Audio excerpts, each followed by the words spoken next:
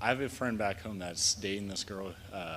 She's not Christian, and so we've brought it to his attention, just saying, hey, you should probably have a talk with her about her religion if it's important to you. Is he a Christian?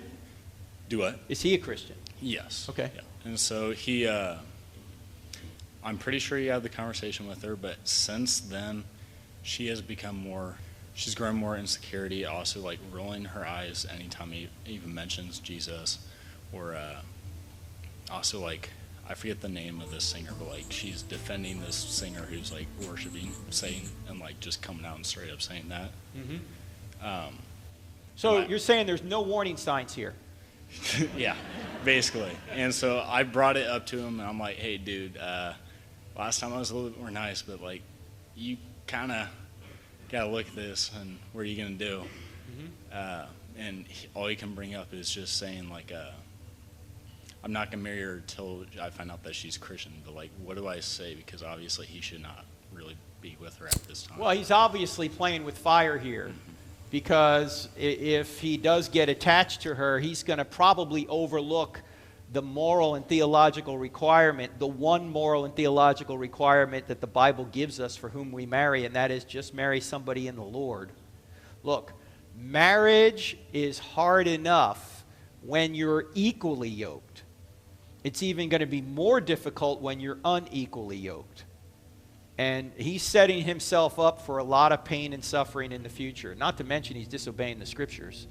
But practically he's setting himself up for a lot of pain and suffering. Look, you put two broken people in one relationship, there's going to be trouble. Even if you are both Christians.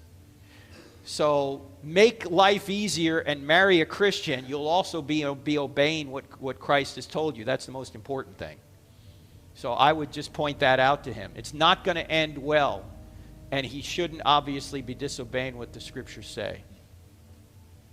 And by the way, it would be an interesting question to ask her, if I were him, to say to her, if Christianity were true, would you become a Christian?